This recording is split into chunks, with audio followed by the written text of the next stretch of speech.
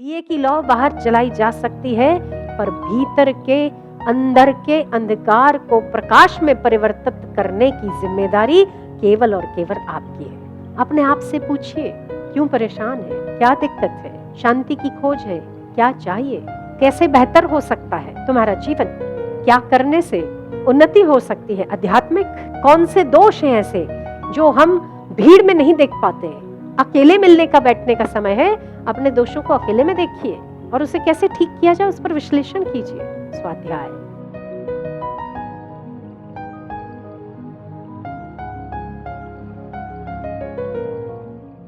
स्वाध्याय, स्वाध्याय मतलब पढ़ना। पढ़ना मतलब आप कोई शास्त्र पढ़े, कोई किताब पढ़े, आप ये समझते हैं कि स्वाध्याय मतलब किताब पढ़ना होता है। हाँ, होता है। एक बाह्य अर्थ स्वाध्याय का किताब पढ़ना होता है, पर हम जिस स्वाध्याय की बात करते हैं वो स्व का अध्ययन है, अपने आप को पढ़ना। जब तक हम अपने आप को नहीं पढ़ते हैं तब तक हम बनते भी नहीं हैं और हम अपने दोषों से मुक्त भी नहीं हो सकते, जब तक कि स्व अध्ययन हमारा तगड़ा नहीं होता। हम दुनिया के लिए तो कह देते हैं फलाना ये है, वो वैसा है, मेरी सास ऐसी है, मेरी देवरानी ऐसी थी, मेरा भाई ऐसा है, मेरा बेटा ऐसा है, पर हम क्या है वो हमने अपने आप को तो कभी नोट नहीं किया। नोट किया हो तो भी हमारी एक वृत्ति जो है वो ये होती है कि मैं सही हूँ, दूसरे गलत ही हो सकते हैं।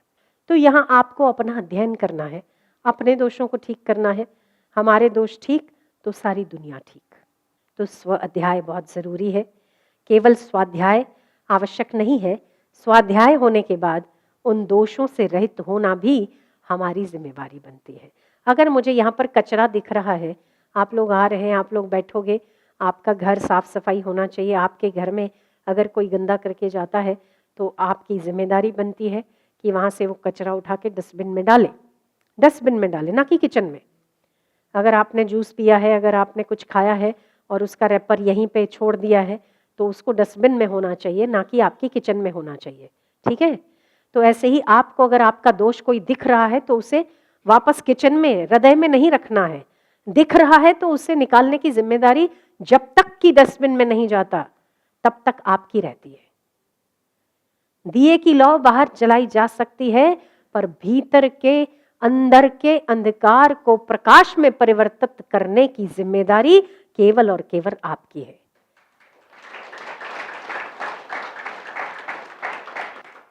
तो स्वाध्याय बहुत जरूरी है और स्वाध्याय के बाद उस पर सफाई करना और ज्यादा जरूरी है।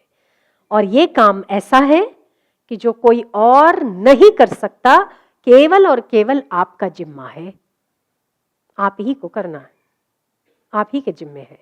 करो तो बेहतर है, नहीं करो तो कृष्ण ने भी आखिरी में तो यही कह दिया था, यत् इच्छसि तत् कुरु।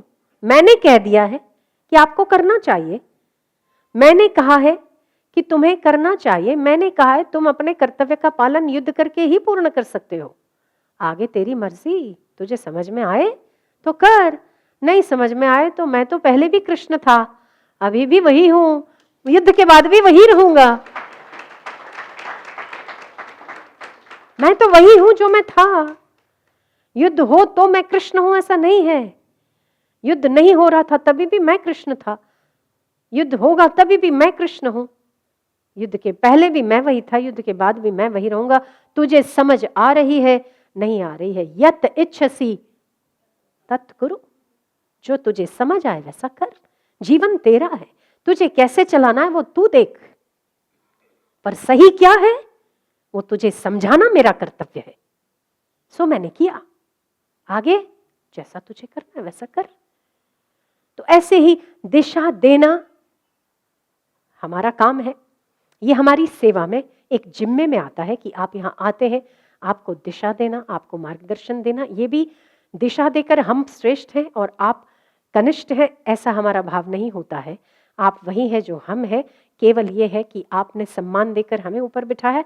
आप नीचे बैठे तो ये आपकी महानता है कि आप हमें ऊपर बिठाते, और हमारी जिम्मेदारी तब ज़्यादा बड़ी हो जाती है कि जब हम ऊपर बैठते हैं तो आपको लेकर चलने की जिम्मेदारी हम अपनी ज़्यादा समझते हैं, इसीलिए आपको साथ लेकर चलना चाहते हैं। बस कि आप दोष मुक्त हो। हर व्यक्ति को अपने दोष पता है।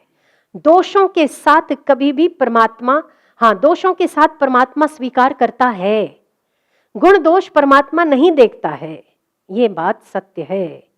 पर आपकी आत्मिक शांति के लिए कृपया अपने दोषों से ऊपर उठे। आप अगर शांति चाहते हैं, अगर आप उन्नति चाहते हैं, अगर आप मानसिक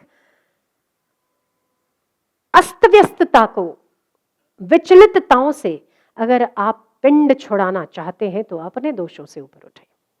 अपने लिए, भगवान के लिए नहीं, क्योंकि दोष आपके बनाए हैं, ईश्वर के बनाए नहीं है। आपने बनाए, आप ही को छोड़ना है। जब वो बनाएगा वो अपने आप छोड़ेगा। आपने बनाए, आपको छोड़ना है। स्व अध्ययन, स्वाध्याय। स्वाध्याय बहुत उत्तम चीज है। स्वाध्याय हर रोज होना चाहिए। कुछ समय स्वाध्याय को देना ही चाहिए। आप कितने भी व्यस्त हैं, फिर भी आप कुछ समय अकेले में जरूर बिताएं, उसमें स्वाध्यायन करें। और स्वाध्याय के बाद कौन सी चीज़ों को ठीक कर सकते हैं, कौन सी चीज़ों को छोड़ सकते हैं, कौन सी चीज़ों को किसी और के जिम्मे डाल सकते हैं, कौन सी चीज़ों को भक्ति से ठीक कर सकते हैं, कौन सी बातों को ज्ञान से ठीक कर सकते हैं, कौन सी बातों को विश्लेषण से ठीक कर सकते हैं, और कौन सी बातों को इग्नोर मार सकते हैं, ये सब कुछ आपसे बेहतर और कोई नहीं समझ सकता।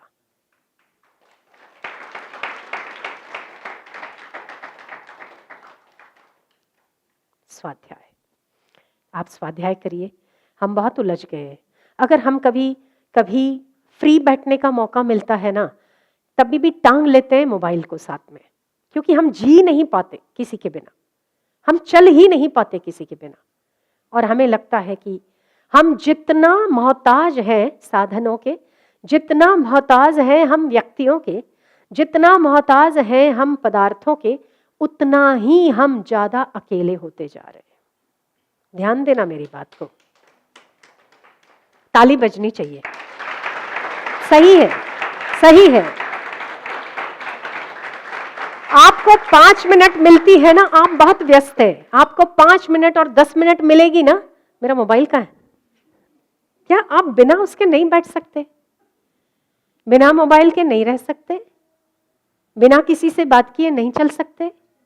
चल सकते हो, चल के देखिए ना।